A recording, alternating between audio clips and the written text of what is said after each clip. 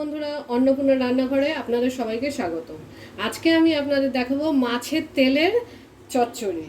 তার জন্য আমি নিয়ে নিয়েছি একটা বড় মাছের গোটা তেল, একটা বড় সাইজের আলুকে খোসা শুদ্ধই কেটে নিয়েছি এরকম পাতলা পাতলা করে লম্বা করে, দুটো মিডিয়াম সাইজের পেঁয়াজ কুচিয়ে নিয়েছি, আর কাঁচা লঙ্কা 10-12টা কাঁচা লঙ্কা আমি হাফ করে ফেলে নিয়েছি। এই রান্নাটায় অনেকেই শুকনো লঙ্কা দেয়, কিন্তু আমি শুকনো লঙ্কা দিই না। কাঁচা লঙ্কার একটা আলাদা গন্ধ এবং স্বাদ হয়। ঝালটা আপনারা স্বাদ অনুযায়ী দেবেন।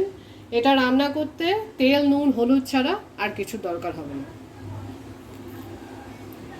রান্নাটা করার জন্য আমি 2 টেবিল স্পুন শুধু সাদা তেল দিয়ে দিলাম। আপনারা সর্ষের তেল বা যে কোনো তেলে রান্না করতে পারেন।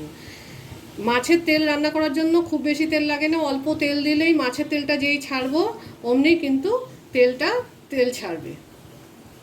মাছের তেলটার মধ্যে আমি একটু নুন হলুদ দিয়ে দিচ্ছি, দিয়ে ভালো করে নাড়িয়ে নিলাম। আমি কিন্তু তেলটা থেকে দেখুন একদম জলটা পুরো ছেঁকে নিয়েছি।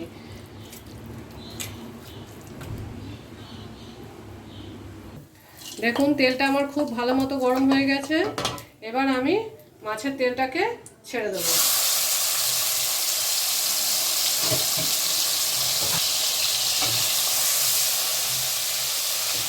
মাছের তেলটা এখন বড় বড় থাকলেও পরে কিন্তু গলে তেল বেরিয়ে যাবে। দেখুন কেমন গলে পুরো তেল বের করে দিচ্ছে। গ্যাসটা কিন্তু আমি মিডিয়ামেই রেখেছি।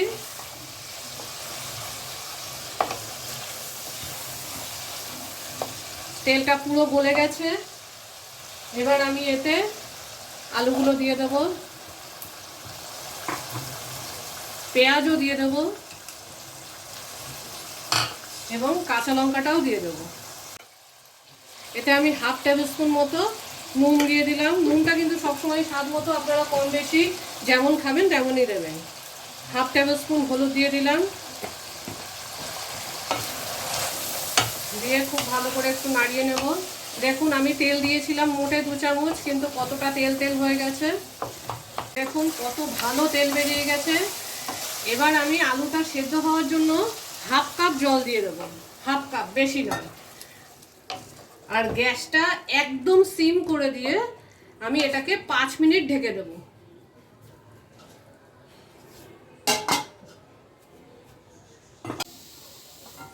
দেখুন 5 মিনিট হয়ে গেছে। 5 মিনিট পরে আমার তেলটা এরকম আছে। দেখি আমি আলুগুলো সেদ্ধ হয়ে গেছে কিনা। হ্যাঁ, আমার আলুগুলো সেদ্ধ হয়ে গেছে,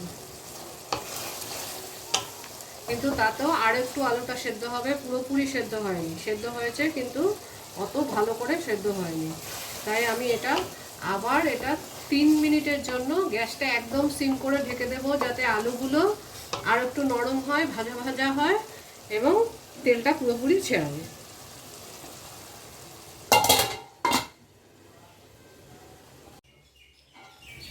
দেখুন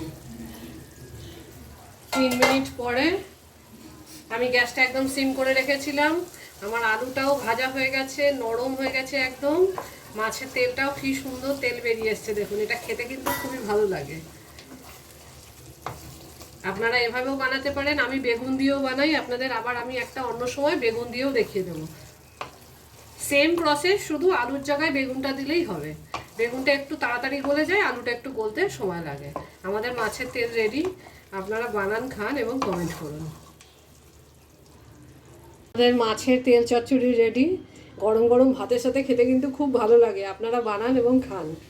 মাছের তেলের এই চচ্চড়ির রেসিপিটা যদি ভালো লেগে থাকে তাহলে ভিডিওটাকে একটা লাইক করে দাও, অনেক শেয়ার করো, আমাদের চ্যানেলটাকে সাবস্ক্রাইব করে নাও প্লিজ, আর বেল আইকনটা প্রেস করতে ভুলো না। আর আমাদের কমেন্ট করে জানাও তোমাদের কেমন লাগলো। Thank you for watching.